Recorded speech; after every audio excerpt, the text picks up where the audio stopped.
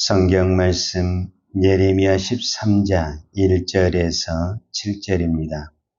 여호와께서 이와 같이 내게 이르시되 너는 가서 뱃띠를 사서 내 허리에 띠고 물에 적시지 말라 하시기로 내가 여호와의 말씀대로 띠를 사서 내 허리에 띠니라. 여호와의 말씀이 다시 내게 임하여 이르시되 너는 사서 내 허리에 띈 띠를 가지고 일어나 유브라데로 가서 거기서 그것을 바위 틈에 감추라 하시기로 내가 여호와께서 내게 명령하신 대로 가서 그것을 유브라데 물가에 감추니라. 여러 날 후에 여호와께서 내게 이르시되 일어나 유브라데로 가서 내가 내게 명령하여 거기 감추게 한 띠를 가져오라 하시기로 내가 유브라데로 가서 그 감추었던 것을 파고 띠를 가져오니 띠가 썩어서 쓸 수 없게 되었더라. 아멘. 그동안 하나님은 예레미야를 통해서 계속 하나님의 말씀을 전달했습니다. 그런데 이스라엘 백성들이 도무지 하나님의 말씀을 듣지 않고 거절을 했습니다. 그래서 오늘 본문에서는 이제 말로 하지 아니하고 어떤 행동으로 어떤 상징적인 것을 보여주는데 요즘에 우리가 이런 것을 일종의 퍼포먼스라고 그럽니다. 이 퍼포먼스라는 단어는 예술, 연극, 스포츠에서 어떤 상징적인 행동을 하는 것을 우리가 말을 하는 건데 요즘에 그 스포츠 같은 데 보면 야구에서 홈런을 쳤다든지 축구에서 골을 넣었을 때 내가 골 넣었다 이렇게 말로 하지 않냐고 어떤 행동을 하잖아요. 그 행동이 어떤 상징적인 의미를 보여주는 거죠. 근데 오늘 상징적인 의미가 뭐냐면은 예레미야에게 하나님이 말씀을 하는 거예요. 이제는 뱃띠를 사서 내 허리에 띠라 이렇게 이야기를 했어요. 자, 그러면 이 뱃띠라는 것이 뭐냐면은 여기서 배하고 띠가 따로따로예요. 배는 삼배 옷감을 말하는 것이고 띠는 허리띠를 말하는 거예요. 그러니까 배띠는 두 가지 단어가 합성한데 이 삼배로 만든 허리띠를 사라 그 말이거든요. 근데 이때 당시 이 삼배 옷은 이 배띠는 고급스러운 옷감이어가지고 대부분 어디 옷감에 사용하게 되냐면 제사장, 왕의 옷감에 사용하는 것이 이 배띠입니다. 그러니까 같은 배띠만은 좋은 거죠. 그것을 허리에 묶으라고 그랬어요. 근데 또 여호와의 말씀이 뭐라고 말하냐면 그 허리에 띈 배띠를 가져다가 유브라데로 가서 거기에 바위 틈에 숨기라 이렇게 이야기를 해요. 그러니까 예레미야는 그냥 시킨 대로만 하는 거예요. 배띠를 사서 허리에 차라고 그러니까 허리에 찼다가 그 다음에 하나님이 유브라데 그 바위 틈에 가서 숨기라고 그러니까 숨겼다가 그리고 또 조금 있으니까 그 숨긴 것을 가지고 와라. 그러니까 가지고 왔는데 이미 썩었다. 이런 것이 무엇을 의미하느냐 이렇게 이야기를 했을 때 이 뱃띠는 오늘 성경이 유다 백성을 말합니다. 유다 백성. 그것이 8절과 9절에 나와 있는데 여호와의 말씀이 내게 임하니라 이르시되 여호와께서 이와 같이 말씀하시니라 내가 유다의 교만과 예루살렘의 큰 교만을 이같이 썩게 하리라 그랬어요. 그러니까 뱃띠가 썩었다라는 것은 이 뱃띠가 상징하는 것이 뭐냐면은 유다 백성과 예루살렘을 상징했다라는 거예요. 근데 이 유다 백성과 예루살렘이 어떻게 됐다는 거예요? 뱃띠가 썩은 것처럼 어떻게 됐다는 거예요? 썩었다라는 거예요. 썩었어. 여러분 아무리 좋은 옷감도 좋은 음식도 뭐다 하면 쓸 수가 없어요? 썩으면 쓸 수가 없어요. 썩으면 쓸 수가 없는 거예요. 그런데 왜 썩었냐? 그 이유를 10절에서 말씀해 주고 있습니다. 10절이면 이 악한 백성이 내 말 듣기를 거절하고 그 마음이 완악한 대로 행하며 다른 신들을 따라 그를 섬기며 그에게 절하니 그들이 이 띠가 쓸 수 없음같이 되리라. 이렇게 표현을 했어요. 그러니까 그들이 유다 백성이 썩은 근본적인 이유가 뭐냐면은 마음이 안악하고 교만하다. 이거를 무엇으로 표현했냐면은 뱃띠가 썩은 것처럼 썩은 것으로 표현을 했다라는 겁니다. 그러면 교만이라는 것과 이 완악하다는 단어는 어떤 부분에서는 같은 단어거든요. 교만하다라는 거예요. 교만하다.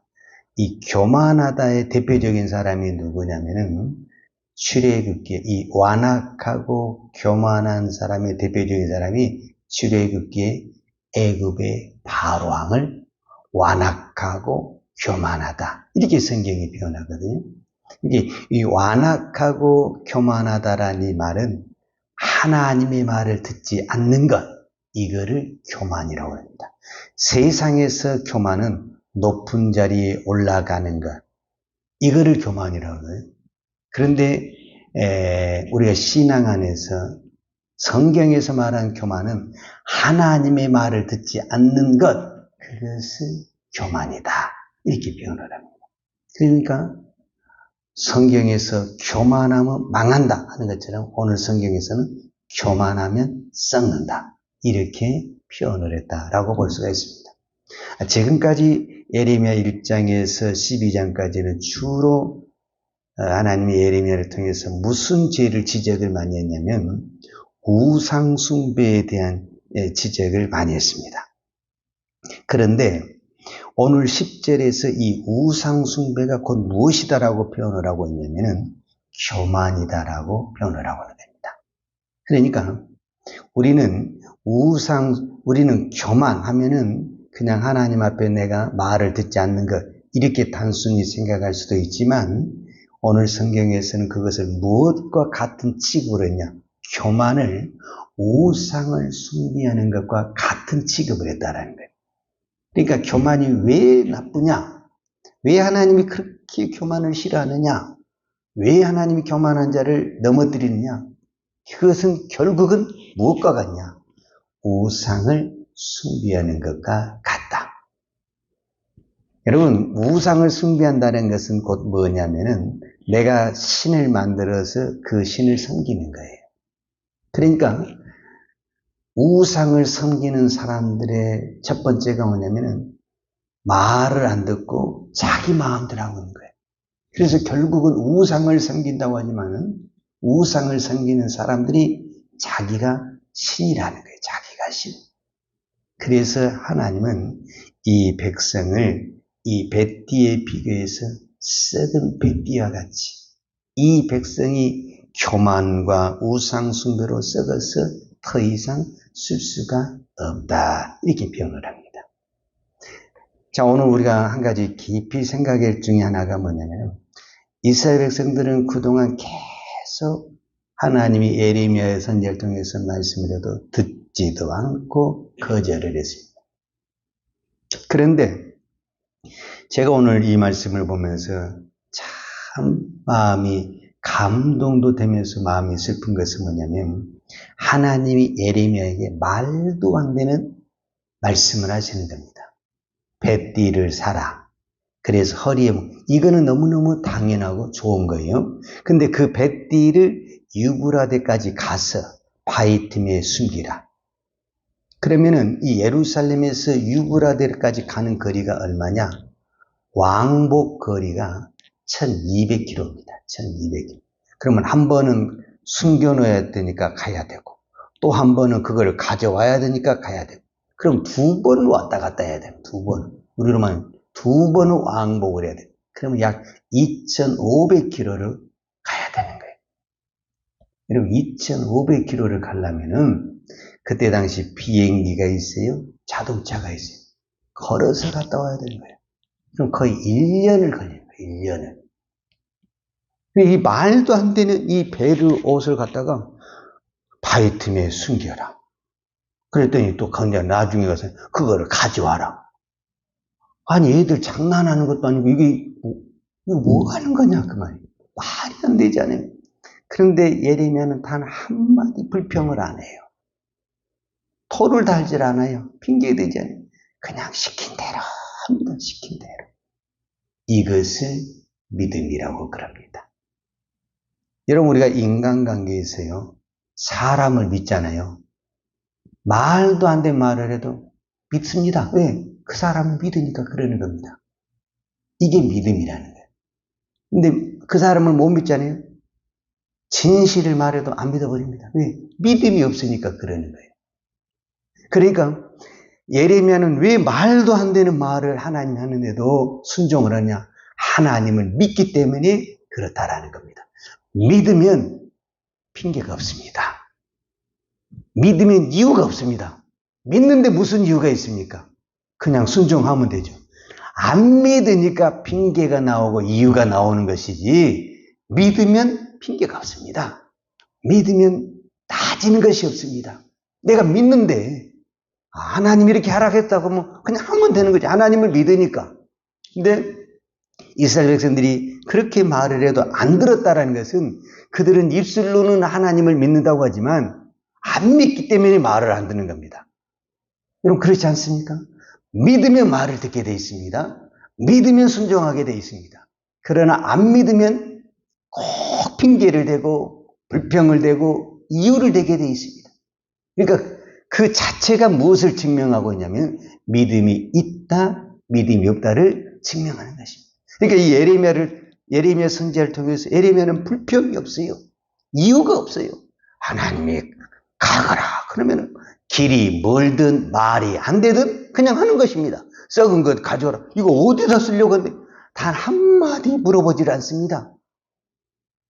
왜냐? 하나님을 믿으니까. 그러나 하나님을 믿지 않으면 썩은 거 뭐 하려고요? 대부분이 그렇게 말하지 않겠어요? 이거 어디다 쓰려고요? 그렇게 물어보지 않겠어요?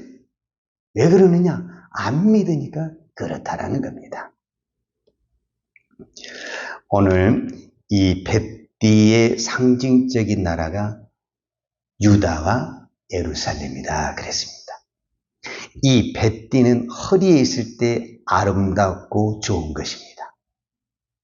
허리를 떠나서 바위에 숨겨져 있으면 그것은 버려지는 것이고 썩어지는 것입니다.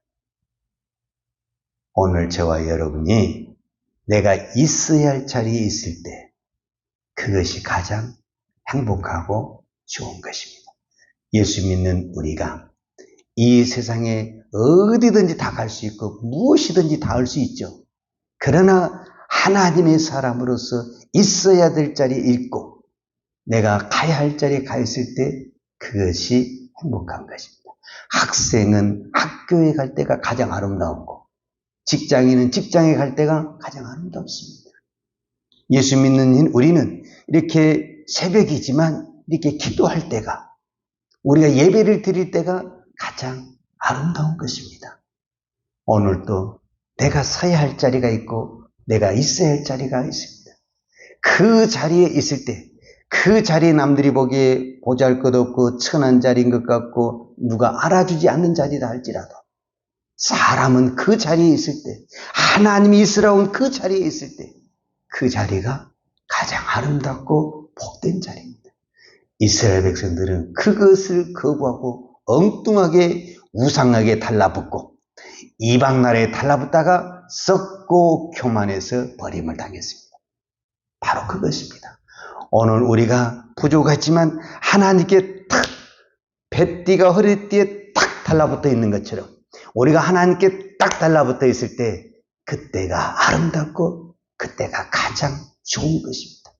힘들어도 우리는 하나님께 붙어 있어야만이 그것이 사는 길이고 그것이 축복의 길입니다. 오늘 이 새벽에 기도할 때 하나님께서 저와 여러분에게 그 은혜를 주시고 성령의 충만함을 주셔서 주여 오늘도 내가 있어야 할 자리에 꼿꼿하게 서 있는 그것, 저는 그것을 믿음이라고 봅니다. 남들이 알아주지 않고 칭찬해주지 않고 도와주지 않아도 하나님이 이스라엘 그 자리에 이 터에도 굳굳하게 서서 그 길을 걸어갈 때 하나님이 보시고 그 모습을 하나님이 보시고 은혜와 복을 주실 줄로 믿습니다. 기도하겠습니다. 하나님 아버지 감사합니다. 오늘도 이 새벽을 깨우며 기도할 수 있는 은혜 주시니 감사합니다. 내가 오늘도 이 새벽에 자리를 지킬 수 있도록 은혜 주시니 감사합니다. 하나님의 은혜입니다. 하나님이 오늘도 나를 부르시고 기도하게 하셨사오니 하나님 내 입술을 주관하여 주셨어요. 오늘도 입술로 부르짖는 기도가 하늘문을 여는 기도가 되게 하시고 영혼을 살리는 기도가 되게 하시고 교회를 살리는 기도가 되게 하시고 우리의 가정을 우리의 자녀를 살리는 능력의 기도, 믿음의 기도가 되게 하여 주옵소서. 오늘도 부족한 종들에게 하늘의 귀한 청지기의 사명을 주시니 감사합니다. 나는 부족합니다. 연약합니다. 그러나 오늘도 믿음으로 감당하기를 원합니다. 하나님 은혜를 부어 주옵소서. 오늘도 내가 있어야 할 자리에서 최선을 다하여 하나님 앞에 그 사명을 감당하기를 원합니다. 하나님 힘을 주시고 건강을 주시고 지혜를 주시고 능력을 허락하여 주옵소서. 예수님의 이름으로 기도하였습니다. 아멘. 요한은 내게 복을 주시고 너를 지키시기를 원하며 요한은 얼굴을 내게 비추사 은혜 베푸시기를 원하며 요한은 얼굴을 내게로 향하여 드사 평강 주시기를 원하노라. 이제는 우리 주 예수 그리스도의 은혜와 아버지 하나님의 그 크신 사랑과 성령님의 교통하심과 충만하신 은혜가 오늘도 오직 하나님께 붙어서 말씀의 순종의 삶을 살기를 원하는 사랑하는 주의 종들 머리머리 예와 이 나라의 민족과 한국교회 위에 온 열방의 이 생명의 복음을 증가하는 선교사님들 예와 사랑하는 주의 자녀들 머리 위에 이제로부터 영원토록 함께 있을지어다. 아멘.